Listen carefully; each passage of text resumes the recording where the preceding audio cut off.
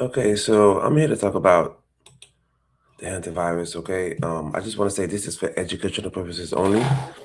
Okay, but there's a lot of misinformation going on out there about the hantavirus, and because of the COVID experience that we all went through, there are a lot of people that are skeptical when any type of virus has popped up.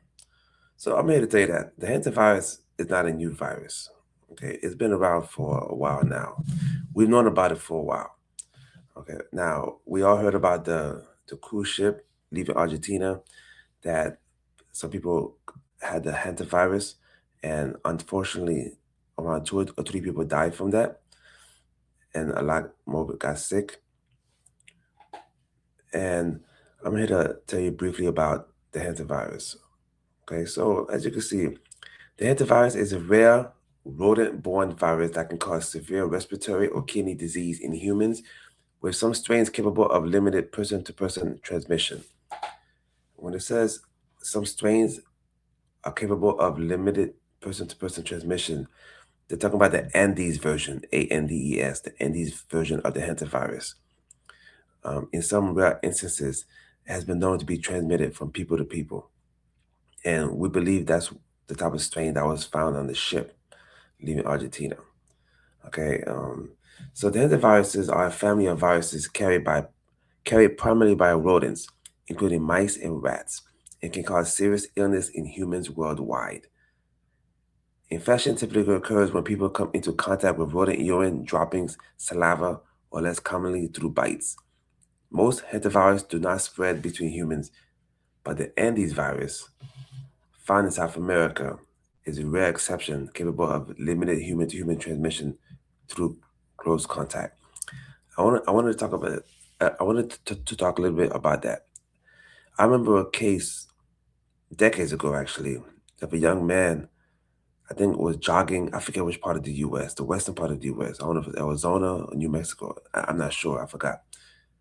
And and he had he had trouble breathing. He went to the hospital, and the hospital had a hard time finding out why or what was happening. And later on, it came to find out that apparently he was cleaning his attic or something or basement, and then he came across rat droppings, and he inhaled some of the viruses basically. And unfortunately, he ended up having severe lung damage and basically drowned in his own lungs. That was the first time I heard about the hantavirus. This was decades ago. And I believe also there was a case in Florida before. But I say that to say that it's a rare virus, but the hantavirus has been around for a while. And it's usually transmitted through, rodents, mice and rats droppings, saliva, feces, urine. But this particular strain that was found on the Argentinian ship is the Andes version. This strain is still not well known, but it can be passed on from people to people, person to person. And scientists are, are trying to, figure out exactly how more about this virus. But I just want to take time out to just say, please, unfortunately, there are a lot of bad actors out there trying to spread conspiracy theories about this virus.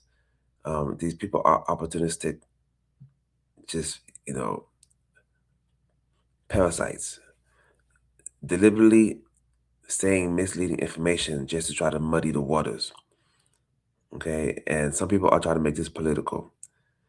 I can't tell you who to believe and not to believe. All I ask you all to do is just do research. Don't listen to Fox News or anything like that. Just do your own research. Okay, don't be guided away. Don't be lured away by people who try to make a quick buck from this or trying to spread misinformation or disinformation. Joe Rogan, I'm pretty sure Joe Rogan is going to comment on this. All I got to say is if you want to follow Joe Rogan's advice, do your research because chances are Joe Rogan is going to come up with his own conspiracy theory and probably say, ivermectin or something. I don't know. But anyway, that's my 2 cents about this. I hope I made this a little helpful for y'all. Should we be worried I think we should not be worried. This is not going to be like a COVID-19 pandemic. We don't think. Okay. This could be isolated for the most part, and for those people who has the virus, I wish y'all the best. I wish y'all a full recovery. There is no vaccine for it. There's no major treatment for it. Just supportive treatment, hospitalization, IV fluids, ventilator if necessary. So I'm just here to tell you that this is not like the COVID-19 virus. This is not going to be a pandemic, but just be careful of all the mis and disinformation out there. So if you have any questions, please leave them below. And as always, please don't forget to subscribe.